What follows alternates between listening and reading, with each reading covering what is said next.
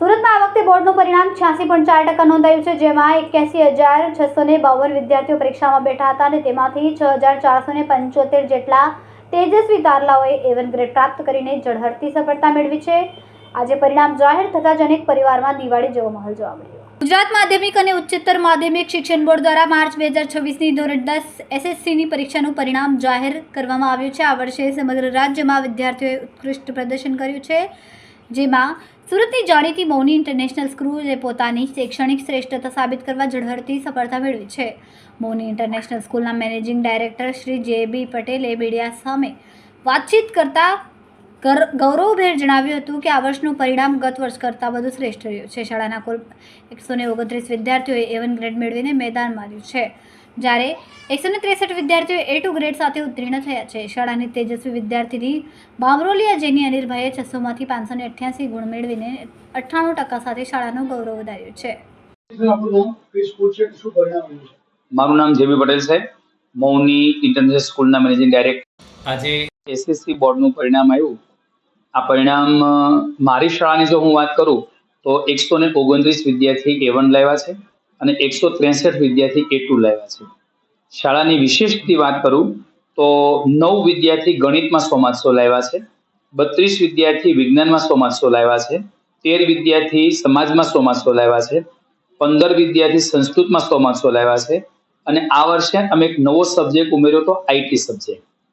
સુરતમાં શિક્ષણ અધિકારી ભગીરથસિંહ પરમાર સાહેબે ગુજરાતમાં પહેલો પ્રયોગ કર્યો કે ભાઈ સુરતની શાળાઓને IT સબ્જેક્ટ આપવો, તો એમાંથી ઘણી બધી શાળાઓએ IT સબ્જેક્ટ સ્વીકાર્યો.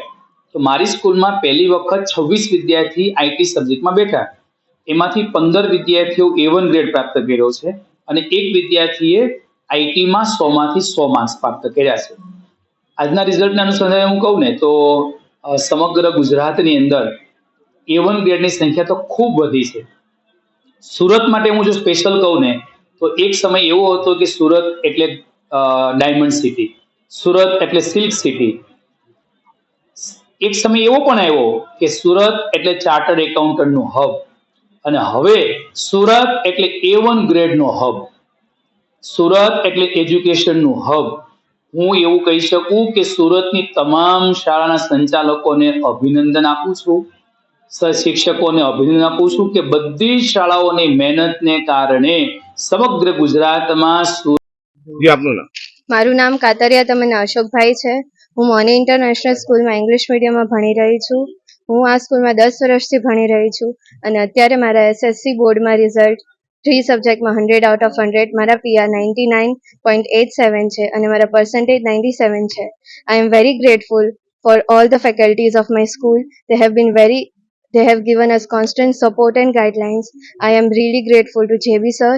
અમારા છેલ્લા 5 રાઉન્ડ અમારા બોર્ડની એક્ઝામમાં એ 5 રાઉન્ડમાં એ દરેક દિવસ અમારે ખૂબ જ સંભાળ રહેતા. હું મારા બધા ટીચર્સને ખૂબ જ થેન્ક યુ કહેવા માંગુ છું, કેમ કે એમના વગર આ ઇમ્પોસિબલ હતું આ રિઝલ્ટ પ્રાપ્ત કરવું.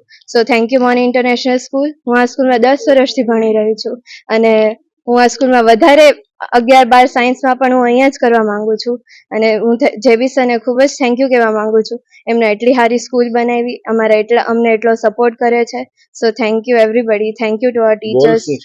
મારો ગોલ છે હું ન્યુરોલોજીસ્ટ બનવા માંગુ છું અને મને એવું લાગે છે કે હું એ ગોલ પૂરો કરીશ અને આ સ્કૂલના સપોર્ટ સાથે જ એ પૂરો થઈ શકે છે.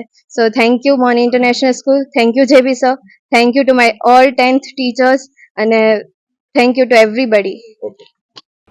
કેમેરામેન સેનલ વિરાણી સાથે Vishal Chheta, Manav Prabha news, Surat.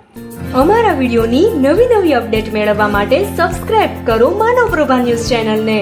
Bell icon click કરો લેટેસ્ટ વિડીયો સૌથી પહેલા મેળવવા માટે.